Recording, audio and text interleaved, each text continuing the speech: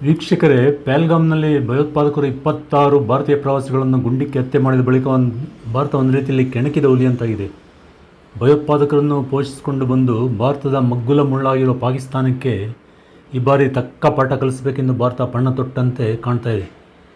ಅದರಂತೆ ಭಾರತದ ವಿಮಾನವಾಹಕ ನೌಕೆಗಳು, ಜೆಟ್ ವಿಮಾನಗಳು ಮತ್ತು ಭೂಸೇನೆ ತಾಲೀಮು ನಡೆಸ್ತಾ ಇದ್ದು, ಪಾಕಿಸ್ತಾನದ ಮೇಲೆ ಯಾವುದೇ ಗಳಿಗೆಯಲ್ಲಾದರೂ ಆಕ್ರಮಣ ನಡೆಸಬಹುದೆಂದು ನಿರೀಕ್ಷಿಸಲಾಗಿದೆ. ಭಾರತ ಮಾಡಿಕೊಂಡಿರೋ ಸಿದ್ಧತೆ ಗಮನಿಸಿದರೆ ಭಾರತ ಮುಟ್ಟಿ ನೋಡಿಕೊಳ್ಳುವಂತೆ ಪಾಕಿಸ್ತಾನಕ್ಕೆ ಪೆಟ್ಟು ನೀಡಬಹುದೆಂದು ಎಣಿಸಲಾಗಿದೆ. ಹಾಗಾದರೆ ಭಾರತ ನಿಜವಾದ ಯುದ್ಧ ತಂತ್ರ ಏನಿರಬಹುದು? ಪಾಕ್ ಆಕ್ರಮಿತ ಕಾಶ್ಮೀರದಲ್ಲಿರುವ ಭಯೋತ್ಪಾದಕ ನೆಲೆಗಳ ಮೇಲೆ ವಿಮಾನಗಳ ಮೂಲಕ ಬಾಂಬ್ ದಾಳಿ ನಡೆಸಬಹುದೇ, ಅಥವಾ ಭಾರತದಿಂದ ಕೈತಪ್ಪಿದ ಪಿಒಕೆಯನ್ನು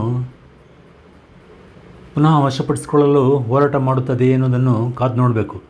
ಭಾರತ ಪಿಒಕೆಯನ್ನು ಕಸಿದುಕೊಳ್ಳಲು ಯತ್ನಿಸಿದರೆ ಚೀನಾ ಯುದ್ಧದಲ್ಲಿ ಪರೋಕ್ಷ ಎಂಟ್ರಿ ಕೊಡಬಹುದು. ಪಾಕಿಸ್ತಾನಕ್ಕೆ ಅಗತ್ಯವಾದ ಜೆಟ್ ವಿಮಾನಗಳನ್ನು, ಟ್ಯಾಂಕರ್ಗಳನ್ನು ಚೀನಾ ಪೂರೈಕೆ ಮಾಡಬಹುದು.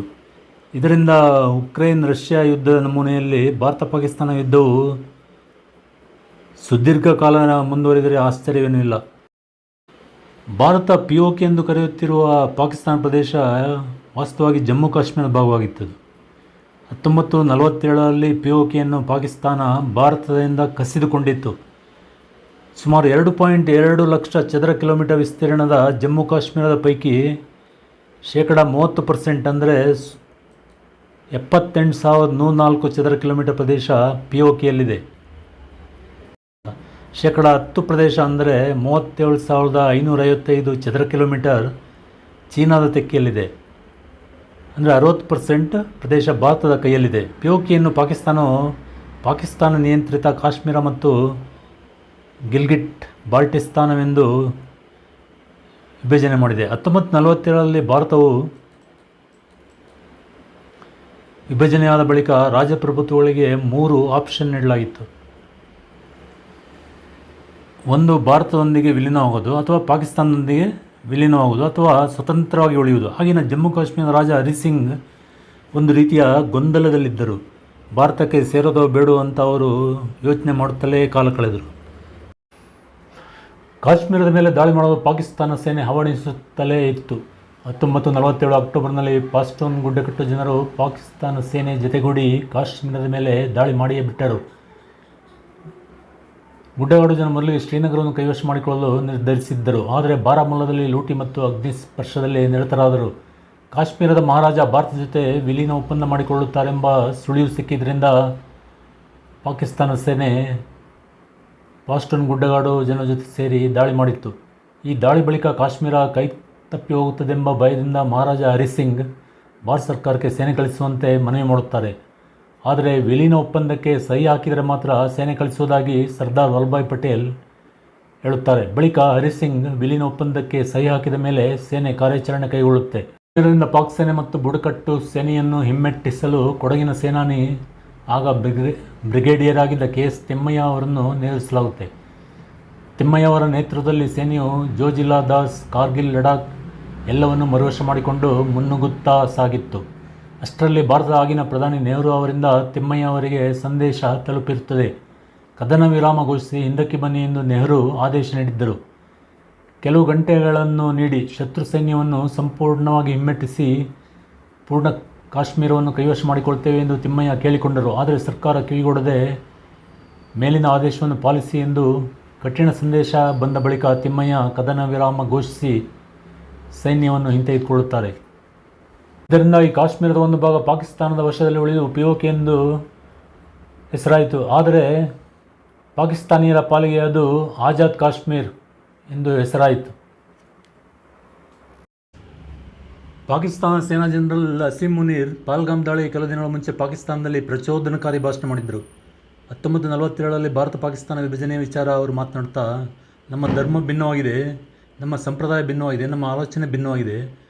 ಹಿಂದೂಗಳ ಜೊತೆ ಸಾಮರಸ್ಯದಿಂದ ಬದುಕಲು ಎಂದೆಂದಿಗೂ ಸಾಧ್ಯವಾಗದು ಎಂದು ಮೊಹಮ್ಮದ್ ಅಲಿ ಜಿನ್ನಾ ಪ್ರತ್ಯೇಕ ರಾಷ್ಟ್ರಕ್ಕೆ ಬೇಡಿಕೆ ಮಂಡಿಸಿದ್ದರು.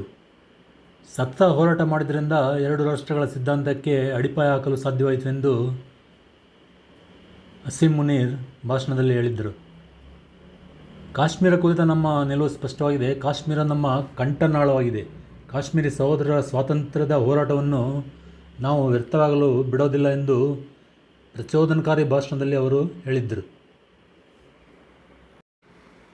ಈ ಪ್ರಚೋದನಕಾರಿ ಭಾಷಣ ಮಾಡಿದ ಕೆಲವೇ ದಿನಗಳಲ್ಲಿ ಪಹಲ್ಗಾಮ್ ದಾಳಿ ನಡೆದಿದ್ದು ಆಸಿಮ್ ಮುನೀರ್ ದಾಳಿ ಸಂಚು ನಡೆಸಿರಬಹುದೆಂಬ ಗುಮಾನಿ ದಟ್ಟವಾಗಿದೆ.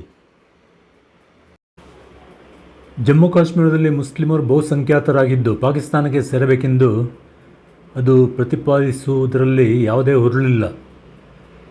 ಮೊಘಲರ ಸುಲ್ತಾನ ಬಾಬರ್ ಭಾರತದಲ್ಲಿ ಆಳ್ವಿಕೆ ಮಾಡುವುದಕ್ಕೆ ಮುಂಚಿತವಾಗಿ ಕಾಶ್ಮೀರದಲ್ಲಿ ಹಿಂದೂಗಳು ಬಹುಸಂಖ್ಯಾತರಾಗಿದ್ದರು. ಹಿಂದೂಗಳು ಜನಸಂಖ್ಯೆಯಲ್ಲಿ 70% ಇದ್ದರು. ಕಾಶ್ಮೀರಿ ಪಂಡಿತರು ಪ್ರಮುಖ ಹಿಂದೂ ಸಮುದಾಯವಾಗಿತ್ತು. ಆದರೆ ಬಾಬರ್ ನಮ್ಮ ದೇಶಕ್ಕೆ ಕಾಲಿಟ್ಟ ಮೇಲೆ ಸೂಫಿ ಧರ್ಮ ಪ್ರಚಾರಕರ ಪ್ರಭಾವ ಮತ್ತು ಬಲವಂತದ ಮತಾಂತರ ಮುಂತಾದ ಕಾರಣಗಳಿಂದ ಕೆಲವು ದಶಕಗಳಲ್ಲೇ ಜಮ್ಮು ಕಾಶ್ಮೀರದಲ್ಲಿ ಮುಸ್ಲಿಮರ ಸಂಖ್ಯೆ ಹೆಚ್ಚಾಗಿತ್ತು. ಜೊತೆಗೆ ಮುಸ್ಲಿಮರ ಕಿರುಕುಳ ಸಹಿಸಲಾಗದೆ ಸಾವಿರಾರು ಹಿಂದೂಗಳು ಕಾಶ್ಮೀರದಿಂದ ಓಡಿ ಹೋಗಿದ್ದರು. ಭಾರತದ ಅವಿಭಾಜ್ಯ ಅಂಗವಾದ ಜಮ್ಮು ಕಾಶ್ಮೀರವನ್ನು ಕಸಿದುಕೊಳ್ಳುವುದಿರಲಿ, ಪಾಕಿಸ್ತಾನ ತನ್ನ ದುಸ್ಸಾಹಸವನ್ನು ಹೀಗೆ ಮುಂದುವರಿಸಿದರೆ POK ಕೈತಪ್ಪಿ ಹೋಗಿ ಭಾರತಕ್ಕೆ ಮರು ಸೇರ್ಪಡೆಯಾಗುತ್ತೆ ಎನ್ನುವುದನ್ನು ನೆನಪಿನಲ್ಲಿಡಬೇಕು. ಭಾರತ ಇಂದು ಏಪ್ರಿಲ್ 30ರಂದು ಸೂಪರ್ ಕ್ಯಾಬಿನೆಟ್ ಮೀಟಿಂಗ್ ನಡೆಸುತ್ತಿದೆ. ಮೋದಿ ಈಗಾಗಲೇ ಸೇನೆಗೆ ಪರಮಾಧಿಕಾರ ನೀಡಿದ್ದಾರೆ. ಸೂಪರ್ ಕ್ಯಾಬಿನೆಟ್ ಮೀಟಿಂಗ್ನಲ್ಲಿ ಸೇನಾ ಜನರಲ್ಗಳು, ರಕ್ಷಣಾ ಸಚಿವರು ಎಲ್ಲರೂ ಪಾಲ್ಗೊಳ್ಳಲಿದ್ದಾರೆ. ಆ ಮೀಟಿಂಗ್ನಲ್ಲಿ ಯುದ್ಧಕ್ಕೆ ಗ್ರೀನ್ ಸಿಗ್ನಲ್ ಸಿಗುವುದು ಪಕ್ಕಾ ಆಗಿದೆ.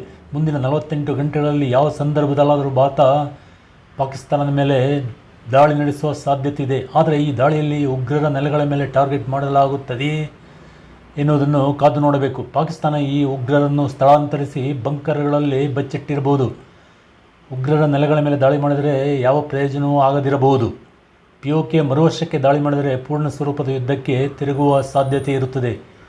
ಇದರಿಂದ ಎರಡು ಕಡೆಯಲ್ಲೂ ಸಾವು ನೋವುಗಳುಂಟಾಗುವ ಸಂಭವ ಹೆಚ್ಚಾಗಿರುತ್ತದೆ. ಹಾಗಾದರೆ ಭಾರತದ ಟಾರ್ಗೆಟ್ ಯಾವುದು?